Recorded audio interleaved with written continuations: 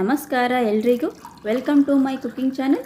ಇವತ್ತಿನ ರೆಸಿಪಿಯಲ್ಲಿ ನಿಂಬು ಶರ್ಬತ್ ಮಾಡ್ತಾ ಇದ್ದೀನಿ. ಇನ್ನೇನು ಬೇಸಿಗೆ ಕಾಲ ಶುರುವಾಗಿದೆ. ಈ ಥರ ನಿಂಬೆ ಹಣ್ಣಿನ ಶರ್ಬತ್ ಮಾಡ್ಕೊಂಡು ಕುಡಿದ್ರೆ ದೇಹಕ್ಕೆ ತಂಪಾಗಿರುತ್ತೆ ಮತ್ತು ಆರೋಗ್ಯಕ್ಕೂ ಕೂಡ ತುಂಬ ಒಳ್ಳೆಯದು. ಕಡಿಮೆ ಸಮಯದಲ್ಲಿ ಕ್ವಿಕ್ಕಾಗಿ ಮಾಡುವಂತಹ ನಿಂಬೆ ಹಣ್ಣಿನ ಶರ್ಬತ್ ಇದು. ಮಾಡಲು ಬೇಕಾಗಿರುವ ಇಂಗ್ರೀಡಿಯೆಂಟ್ಸ್ ನೋಡೋಣ. 2 ಟೇಬಲ್ ಸ್ಪೂನ್ ಸಕ್ಕರೆ ತಗೊಂಡಿದ್ದೀನಿ. 1 ನಿಂಬೆ ಹಣ್ಣು ಕಟ್ ಮಾಡಿಕೊಂಡು ರಸ ತೆಗೆದಿಟ್ಕೊಂಡಿದ್ದೀನಿ.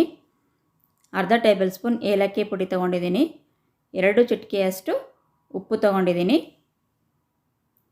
ಒಂದು ಪಾತ್ರೆಗೆ 2 ಗ್ಲಾಸ್ ನೀರು ಹಾಕ್ಕೊತಾ ಇದ್ದೀನಿ. ನೀರು ಹಾಕ್ಕೊಂಡಾದಮೇಲೆ 2 ಟೇಬಲ್ ಸ್ಪೂನ್ ಸಕ್ಕರೆ ಹಾಕ್ಕೊತಾ ಇದ್ದೀನಿ. ಜಾಸ್ತಿ ಸಿಹಿ ಇಷ್ಟಪಡೋರು ಇನ್ನೂ ಸ್ವಲ್ಪ ಜಾಸ್ತಿ ಹಾಕ್ಕೋಬೋದು. 1 ನಿಂಬೆ ಹಣ್ಣಿನ ರಸ ಹಾಕ್ಕೊತಾ ಇದ್ದೀನಿ. ಸಕ್ಕರೆ ಕರಗೋವರೆಗೂ ಮಿಕ್ಸ್ ಮಾಡ್ತಾ ಇದ್ದೀನಿ. ಈಗ ಸಕ್ಕರೆ ಕರಗಿ ಮಿಕ್ಸ್ ಆಗಿದೆ. ಇದಕ್ಕೆ 2 ಚಿಟಿಕೆಯಷ್ಟು ಉಪ್ಪು ಹಾಕ್ಕೊತಾ ಇದ್ದೀನಿ. ಉಪ್ಪು ಹಾಕೋದ್ರಿಂದ ಟೇಸ್ಟ್ ಚೆನ್ನಾಗಿ ಬರುತ್ತೆ. ಅರ್ಧ ಟೇಬಲ್ ಸ್ಪೂನ್ ಏಲಕ್ಕಿ ಪುಡಿ ಹಾಕ್ಕೊತಾ ಇದ್ದೀನಿ. ನೀರಿನ ಜೊತೆ ಎಲ್ಲನೂ ಮಿಕ್ಸ್ ಮಾಡ್ತಾ ಇದ್ದೀನಿ.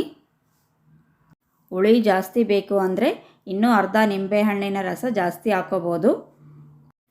ಕೇವಲ 4 ಇಂಗ್ರೀಡಿಯೆಂಟ್ಸ್ ಉಪಯೋಗಿಸ್ಕೊಂಡು ಕ್ವಿಕ್ಕಾಗಿ ಈ ಥರ ನಿಂಬೆ ಹಣ್ಣಿನ ಶರ್ಬತ್ ಮಾಡ್ಕೊಂಡು ಕುಡಿದ್ರೆ ತುಂಬಾ ರುಚಿಯಾಗಿರುತ್ತೆ. ನಿಂಬೆ ಹಣ್ಣಿನ ಶರ್ಬತ್ ರೆಡಿಯಾಗಿದೆ. ಲೈಕ್ ಮಾಡಿ, ಶೇರ್ ಮಾಡಿ, ಕಮೆಂಟ್ ಮಾಡಿ, ಸಬ್ಸ್ಕ್ರೈಬ್ ಮಾಡಿಕೊಂಡು ಪಕ್ಕದಲ್ಲಿರೋ ಬೆಲ್ ಐಕನ್ನ ಕ್ಲಿಕ್ ಮಾಡಿ. ಮತ್ತೆ ಸಿಗ್ತೀನಿ ಮತ್ತೊಂದು ರೆಸಿಪಿಯೊಂದಿಗೆ. Thanks for watching my video.